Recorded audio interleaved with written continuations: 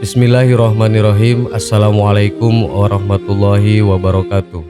Sahabat yang beriman, surga adalah tempat kembali terbaik bagi umat muslim yang di masa hidupnya selalu patuh dan tunduk dengan semua perintah dari Allah Subhanahu wa Ta'ala. Menjadi penghuni surga merupakan suatu nikmat dari Allah Subhanahu wa Ta'ala, dan segala kenikmatan yang ada di dalamnya banyak manusia yang berlomba-lomba untuk bisa menjadi salah satu penghuninya. Namun tahukah Anda sebenarnya surga itu terbuat dari apa?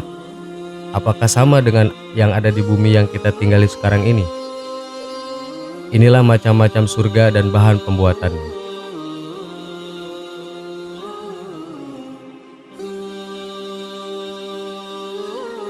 1. Surga Firdaus. Surga Firdaus adalah surga yang paling tinggi dalam agama Islam.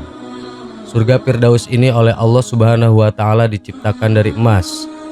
Allah Subhanahu wa Ta'ala berfirman dalam Al-Quran surat Al-Mu'minun ayat 1-11 yang artinya, sesungguhnya menanglah orang-orang yang beriman, orang-orang yang khusyuk di dalam melakukan sholat, dan orang-orang yang terhadap segala laku yang sia-sia menampik dengan keras, dan orang-orang yang mengeluarkan zakat, dan orang-orang yang selalu menjaga faroz atau kelamin mereka, kecuali terhadap istrinya atau hamba sahayanya, maka tidaklah mereka tercela. Tetapi barang siapa yang masih memilih jalan di luar itu, itulah orang-orang yang telah melanggar garis, dan orang-orang yang menjaga dengan baik terhadap amanat dan janjinya, dan orang-orang yang memelihara dan menjaga semua waktu sholatnya. Mereka itulah yang akan mewarisi surga Firdaus, dan di sanalah mereka mencapai khulud atau kekal selama-lamanya.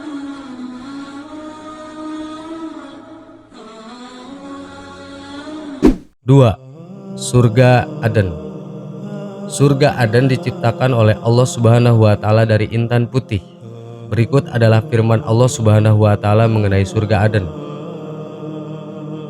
Surat Ar-Ra'd ayat 22-24. Dan orang-orang yang sabar karena mencari keridhaan Tuhannya, mendirikan sholat dan menafkahkan sebagian rezeki yang kami berikan kepada mereka secara sembunyi atau terang-terangan, serta menolak kejahatan dengan kebaikan, orang-orang itulah yang mendapat tempat kesudahan yang baik, yaitu surga Aden yang mereka masuk ke dalamnya bersama-sama dengan orang-orang yang soleh dari bapak-bapaknya, istri-istrinya, dan anak cucunya.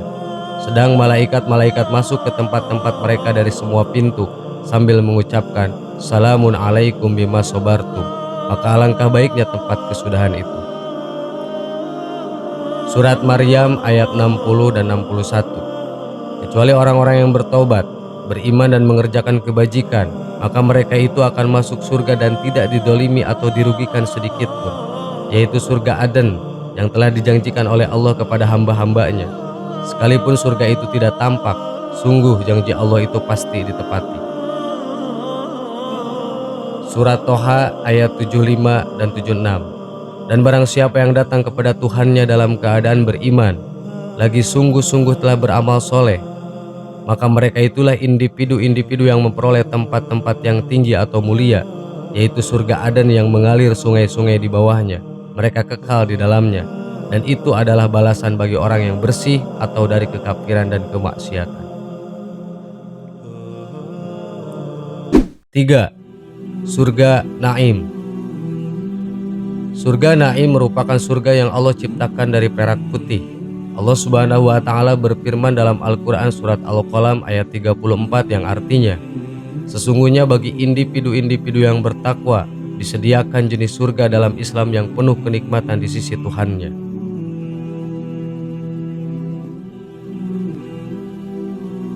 4. Surga Ma'wa. Surga Ma'wa diciptakan oleh Allah dari jamrud hijau. Allah Subhanahu wa Ta'ala berfirman dalam Al-Quran An-Naji'at 40 dan 41 yang artinya, dan adapun orang-orang yang takut kepada kebesaran Tuhannya dan menahan diri dari keinginan hawa nafsunya, maka sesungguhnya surgalah tempat tinggalnya. 5. Surga Darussalam. Surga Darussalam merupakan surga yang Allah ciptakan dari yakut merah. Allah Subhanahu wa Ta'ala berfirman dalam Al-Quran surat Al-An'am ayat 125-127 yang artinya, Barang siapa yang Allah menghendaki akan memberikan kepadanya petunjuk, niscaya dia melapangkan dadanya untuk memeluk agama Islam.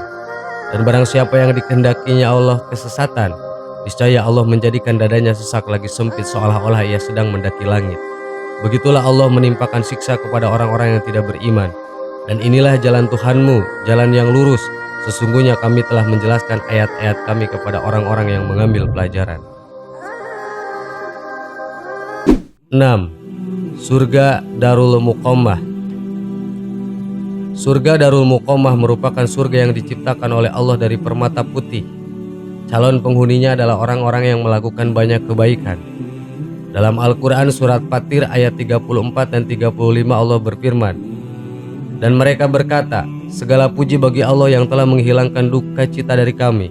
Sesungguhnya Tuhan kami benar-benar maha pengampun lagi maha mensyukuri, yang menempatkan kami dalam tempat yang kekal atau surga dari karunia-Nya. Di dalamnya kami tidak merasa lelah dan tidak pula merasa lesu."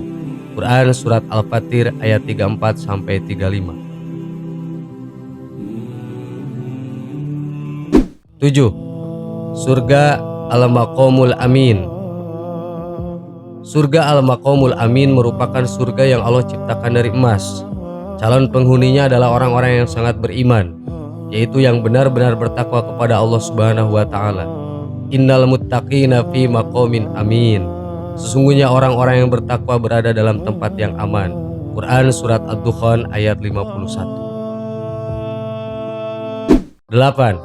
Surga Khuldi. Surga Khuldi adalah surga yang diciptakan oleh Allah dari marjan merah dan kuning. Calon penghuninya adalah orang-orang yang bertakwa atau menjalankan perintahnya dan menjauhi segala larangannya. Katakanlah, apa azab yang demikian itukah yang baik, atau surga yang kekal yang telah dijanjikan kepada orang-orang yang bertakwa? Dia menjadi balasan dan tempat kembali bagi mereka. Quran surat Al-Furqan ayat 15. Sahabat yang beriman, itulah 8 surga yang Allah ciptakan dan bahan pembuatannya serta orang-orang yang akan menghuninya.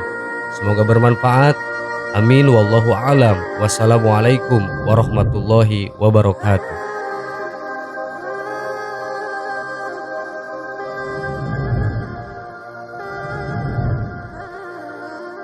Bismillahirrahmanirrahim. Assalamualaikum warahmatullahi wabarakatuh. Sahabat yang beriman, sebelum terjadinya Fathul Makkah pada bulan Ramadan tahun 8 Hijriah, di depan Ka'bah ada 2 patung berhala yang besar bernama Ishab dan Nailah.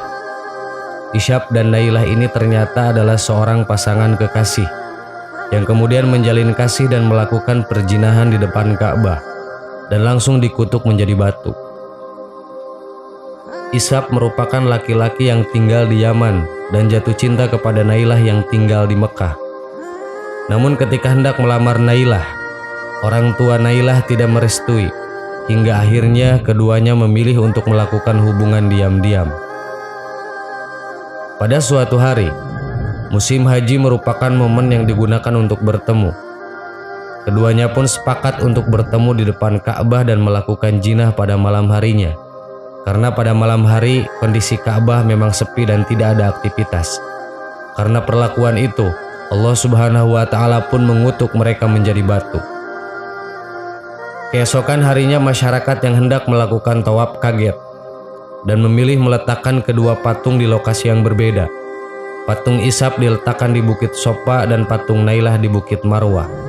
Hal itu sebagai pembelajaran bagi generasi berikutnya. Kami dahulu selalu mendengar kisah Ishab dan Nailah. Mereka adalah laki-laki dan perempuan dari suku Jurhum.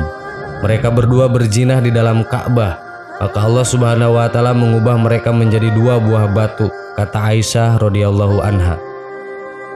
Pada masa Amr bin Luhai berkuasa, kedua patung tersebut diletakkan di Ka'bah dan meminta masyarakat untuk menyembahnya. Amr bin Luhai disebut sebagai bapak kemusyrikan. Rasulullah SAW pernah berkata, "Saya diperlihatkan Amr bin Luhai oleh Allah di neraka dengan isi perutnya keluar karena panasnya dan siksaan yang berat. Karena dialah orang yang pertama yang merubah agama Ibrahim.